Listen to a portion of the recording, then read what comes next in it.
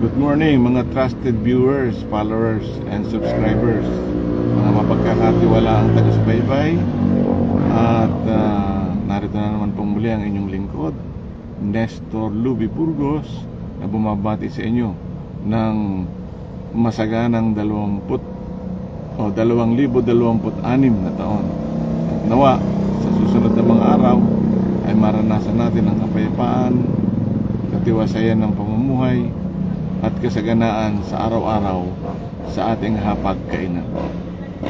Malalaman ng palala ang sitwasyon tungkol sa nangyayari sa ating bansa, lalo na sa pagkakaroon ng mga revelasyon ng mga nanakaw o nakurap na pondo ng taong bayan. Maaari pa naman sigurong magbago o magkaroon ng magandang sitwasyon sa susunod na mga panahon kapag ipakulong na itong mga magnanakaw o korap sa ating kaban. May mga paraan pa naman at hintay-hintay lang o baka antabay lang tayo dahil meron namang mga kababayan natin, lalo na yung nagsusulong na maipakulong, yung mga kurakot.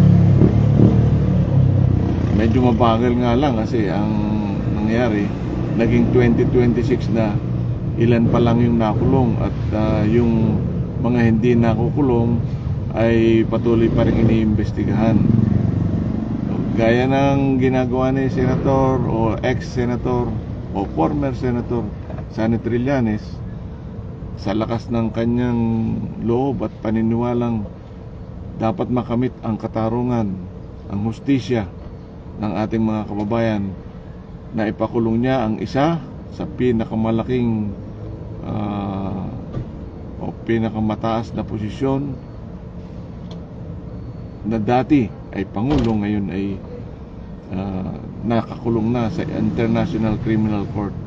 At hindi lang yan, yung pangako niya na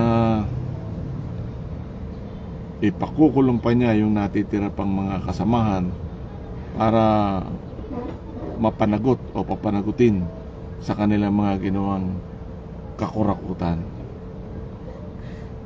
Maaalis lang yan siguro yung pangungurakot o yung sistema ng nakawan sa kaban ng taong bayan kapag nabago ang sistema ng pagtatalaga ng mga mamamahala sa pamahalaan o sa gobyerno. Yung sistema lang ang kailangan dyan na baguhin. At yung sinasabi na constitutional rights o di kaya ay demokrasya, dapat siguro masusing pag-aralan ito para mabago yung ating nangyayari sa nakawan, na mawala ang pagnanakaw sa kaban ng taong bayan. Nakakaawa rin naman yung mga kababayan natin na talagang naghihirap at umaasang mabigyan ng kakarampot na pagdating ng eleksyon ay ginagawang kapital ng mga politikong kurakot sa kaban ng bayan. Idagdag na rin natin na baka sakaling mabago din yung sistema na yung sinasabing separation of church and estates. Tatalakayin natin yan sa mga